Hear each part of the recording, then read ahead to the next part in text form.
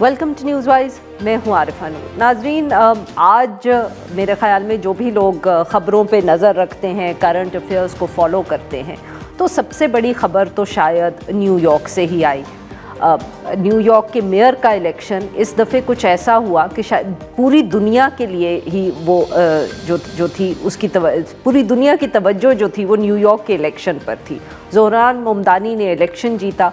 कहते हैं कि one of the youngest mayors ever, और पहली दफ़े कोई मुसलमान लड़का जो है वो न्यूयॉर्क जैसे शहर का मेयर बना है। इससे पहले लंदन भी, जो साउथ एशिया का जिक्र करें तो शायद दो ही शहर हैं जो हमारे लिए बहुत अहम समझे जाते हैं, एक तरफ लंदन, दूसरी तरफ न्यूयॉर्क। तो अब दोनों जो ये शहर हैं, इनके जो मेयर्स हैं वो ना सिर्फ मुसलमान हैं बल्कि साउथ एशियन हेरिटेज के भी हैं।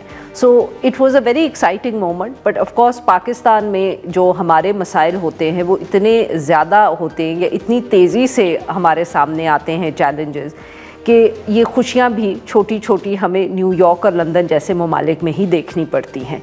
तो हमारा चैलेंज आजकल गुज़िश्ता रोज़ की तरह भी 27वीं तरमीम का ज़िक्र है। बिलावल भुट्टो ज़रदारी साहब की तरफ से जो ट्वीट आई उसने कुछ तफसीलात जो थी वो सबके सामने रख दी। उससे पहले गुफ्तगू तो बहुत थी 27वीं तरमीम के बारे में।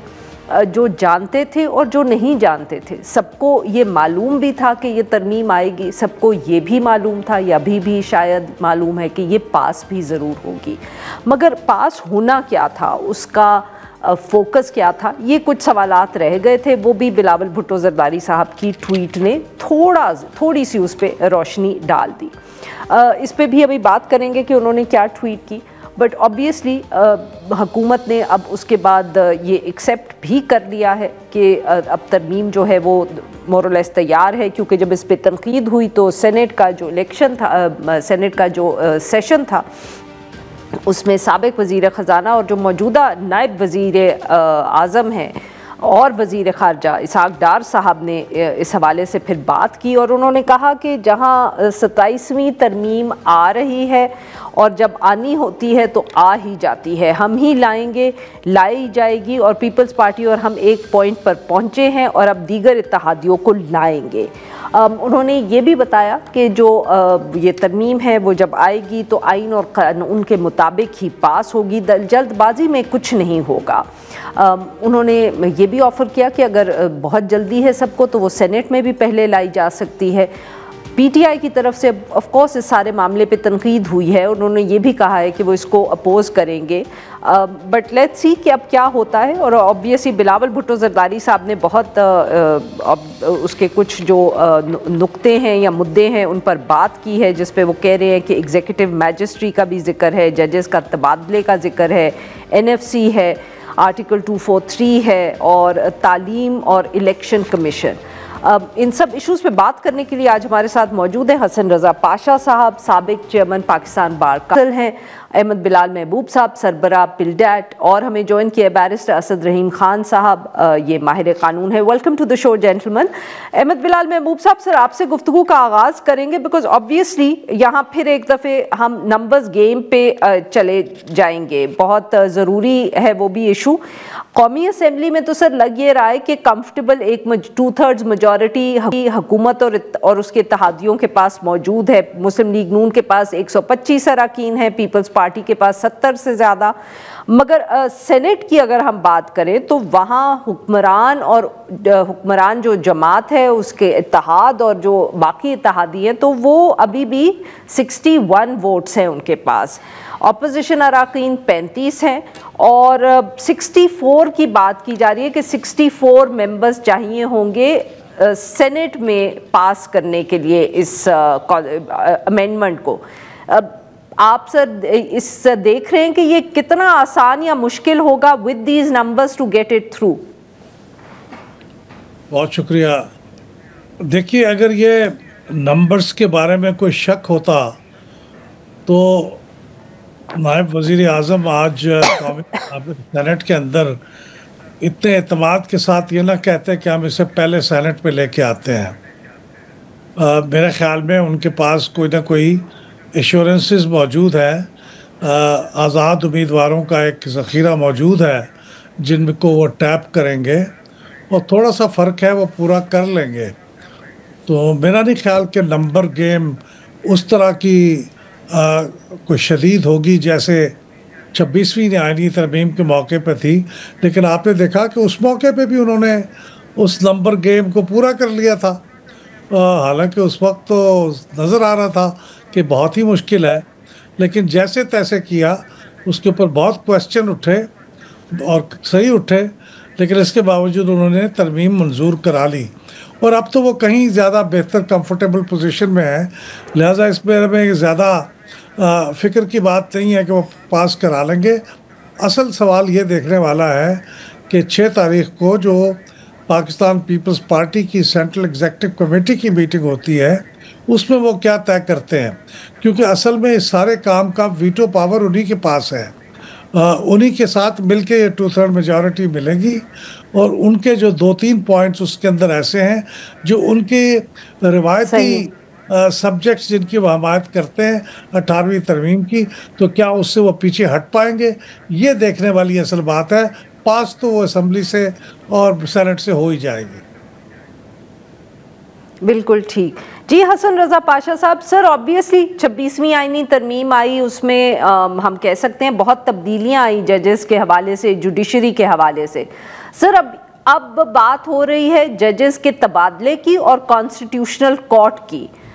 इससे कितना फ़र्क पड़ेगा, keeping in mind the fact इस तनाजुर में कि 26वीं तरमीम ने बहुत जुडिशरी पे फ़र्क डाल दिया कोर्ट्स के ऊपर। ये जो अब दो बातें हो रही हैं, कॉन्स्टिट्यूशनल कोर्ट आएगा, 7 जजेस का तबादला हो सकेगा, बहुत कोई फ़र्क आप देख रहे हैं जो पड़ जाएगा इनसे? आरफा बात ये है कि जो तो आईनी बेंच के हवाले से एक 26वीं तरमीम में एक चीज़ आ गई और उस पर फिर इम्प्लीमेंटेशन फौरी तौर पे हो गई और आज आईनी बेंच काम कर रहा है। कुछ केसेस के हवाले से उन पे ऑब्जेक्शंस भी आए कि ये मन मर्ज़ी के जजेस लाए गए हैं और ये इंतज़ामिया के मातहत हो गए हैं। तो मेरा थोड़ा सा रिज़र्वेशन है इस बात पे कि ये वो जजेस सुप्रीम कोर्ट में लाए गए जो सीनियरिटी प्रिंसिपल को मद्देनज़र रख के लाए गए। मसलन आप देखें कि चारों हाई कोर्ट्स के चीफ जस्टिस को सुप्रीम कोर्ट के जज के तौर पे एलिवेट किया गया और 1 या 2 जो है वो सीनियर प्यूनी जजेस थे उनको एलिवेट किया गया।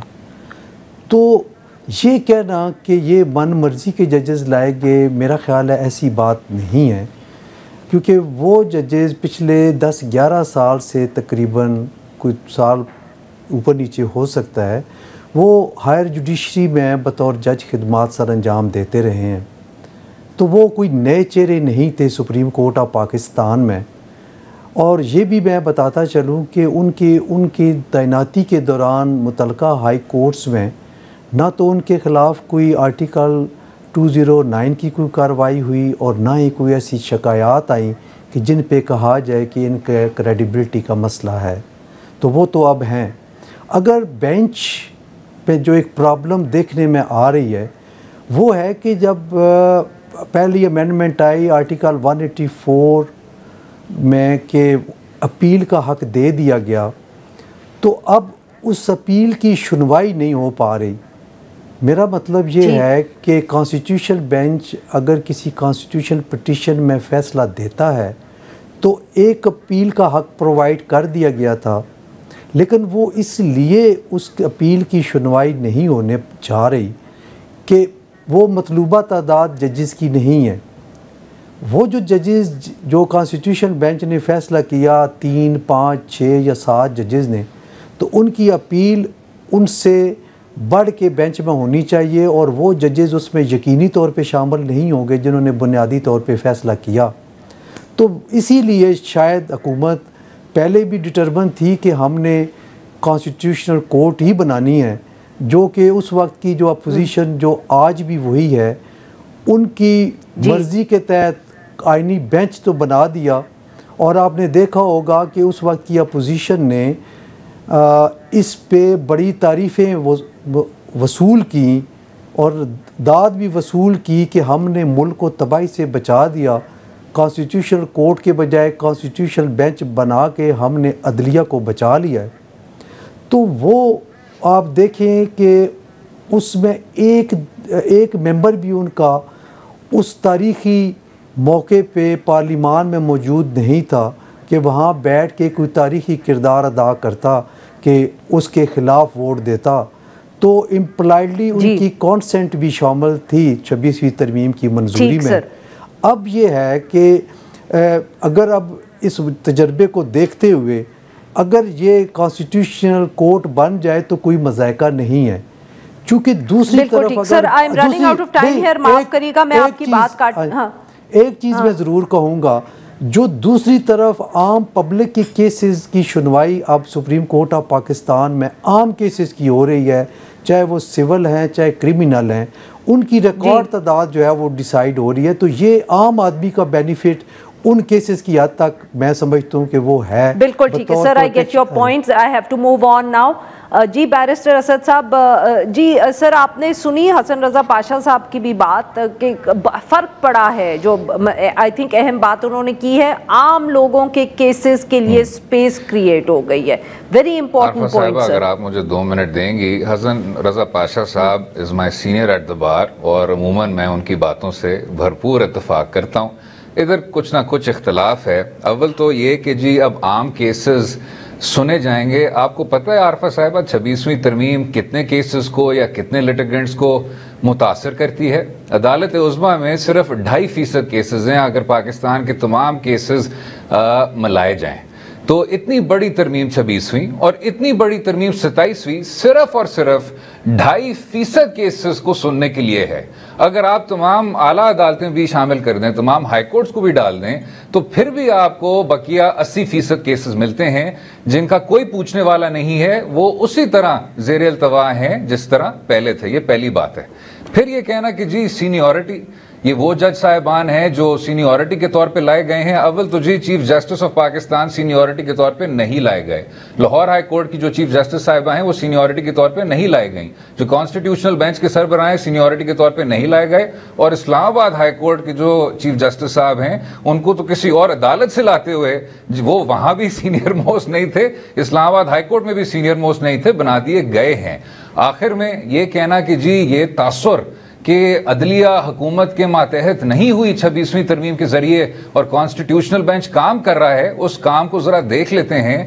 जजेस के मुंतकिल करने का केस हुकूमत के हक में था, अस्करी ट्रायल्स और सिविलियंस का केस हुकूमत के हक में था, मखसूस नशिस्तों का जो केस था हुकूमत के हक में था। तो आप मुझे कोई एक बड़ा केस बता दें जो आईनी बेंच के जरिए गया हो, जो हुकूमत के लिए एक बहुत बड़ा जो एक हार है, एक बहुत बड़ी लॉस जो है वो उसको रिप्रेजेंट करे। बात सिर्फ इतनी सी है, 26वीं तरमीम 30 साल में हमारी एक बहुत बड़ी रिग्रेशन है। 27वीं तरमीम पाकिस्तान की अदालती तारीख की सबसे बड़ी रिग्रेशन होगी अगर आप एक कॉन्स्टिट्यूशनल कोर्ट बनाएंगे। बिल्कुल ठीक। जी नाज़रीन, यहाँ पे लेते हैं हम एक छोटी सी ब्रेक, और हम अपने तीनों मेहमानों के साथ गुफ्तगू जारी रखेंगे।